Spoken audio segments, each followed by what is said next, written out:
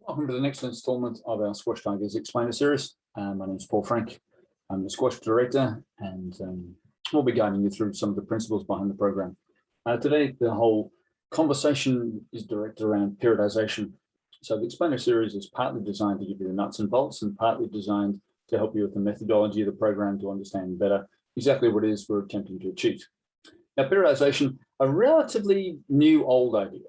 So it's mostly credited to a gentleman back in, I guess, the German bloc back in the 1960s, Mr. Bomper. Now, Mr. Bomper wrote some very interesting things about periodization and about training different aspects of athletic performance at different times of year. So we can't train, if you like, all the things all the time. And so what he wrote about initially was trying to make sure that for an Olympic cycle, that the athletes were prepared to give all their best, throw discus, sprint, whatever, once every 4 years. Now, obviously, squash is not discus, but some of the principles remain the same. Now, we can't train all the things all the time, but there needs to be certain times of year where we prioritize certain aspects. Now, in the case of the program, we basically break into 13-week blocks, summer, fall, winter, spring, you get the idea. Basically 13-week blocks. Now, the characteristics of those are very much inspired, if not directly written by, the whole concept of periodization. So let's take you through it very quickly. If you're going to get big and fit and strong and do general work, summer is your time. So when you look at the diagram, training volume general is what summer is about. That's not all that it's about, but it's about a lot of it. So you're trying to get big and strong and fit, as well as trying to get as many repetitions as possible. Now, in the case of the summer, unique for our children, one of the few times of year they have any available time to train. So obviously load fairly high at that time of year, although we are very cautious to make sure that everyone's nice and safe. We move into the season, so to speak. So September kicks in. We're big, fit and strong, technically sound. At that particular stage, we're trying to rehearse game plans. Psychologically, we're trying to look at pre-rally rituals. Physically, we're looking more about getting faster rather than getting fitter. So more about speed and agility and less about aerobic capacity. Technically, we start to slightly take the emphasis off it. Again, the competitive season has started. So it gets to be harder and harder to think about where we're hitting the ball when we're thinking about how we're hitting the ball. So again, it doesn't mean that we abandon technique at any time, but certainly there are different times when we stress it more than others.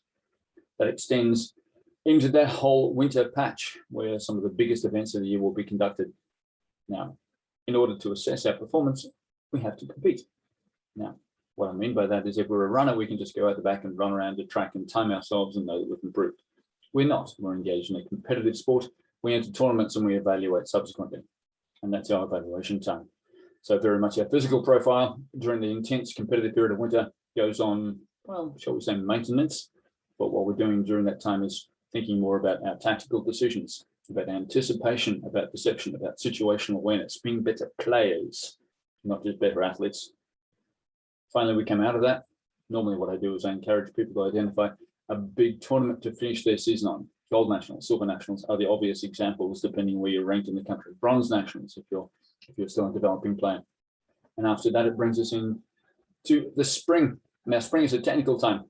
And although spring is also the most likely time for you to neglect your squash, I guess it's a technical sport. And spring is that time that allows us, without competitive pressure, to perhaps fix that grip, to move that footwork along, to manage to get the swing mechanics exactly where they should be, to make sure we can play all 4 shots, drop, lob, drive, and boast, not just drops and drives. So spring is that time where that technical, sharp focus comes in. And then that brings us back to summer again. We hopefully get repetitions of what we learned in the spring in terms of our technique, and we add a big physical component to it all. Now, during the year, we will probably play somewhere between 9, 11, 12 tournaments. We can't prioritize all of them. I'd like every one of our players to win every single tournament they ever play. But standardly, what we do is we evaluate certain times of the year, and we try and pick to lighten up our training and to win those particular events or place as highly as we possibly can. So again, when you look at your squads, when you look at your private lessons, I'd encourage the players, parents, even coaches in the program, we're always encouraged to have that mid-term thought. You can't train all of the things all of the time, so we're trying to identify what the priorities for particular areas are at given times of year. As always, drop me a quick email, paul@squashtigers.com, and have a chat. There's nothing that happens in the program by coincidence. It's a rigorously written curriculum. I've been doing this for a long time. So everything's pretty well thought out. Nothing happens by chance. And if you're just a little curious, as I said, it's a worthy conversation. Anyway, thanks for your time. That's our next episode of Squash Tigers Explainer Series. Take care. See you at the courts.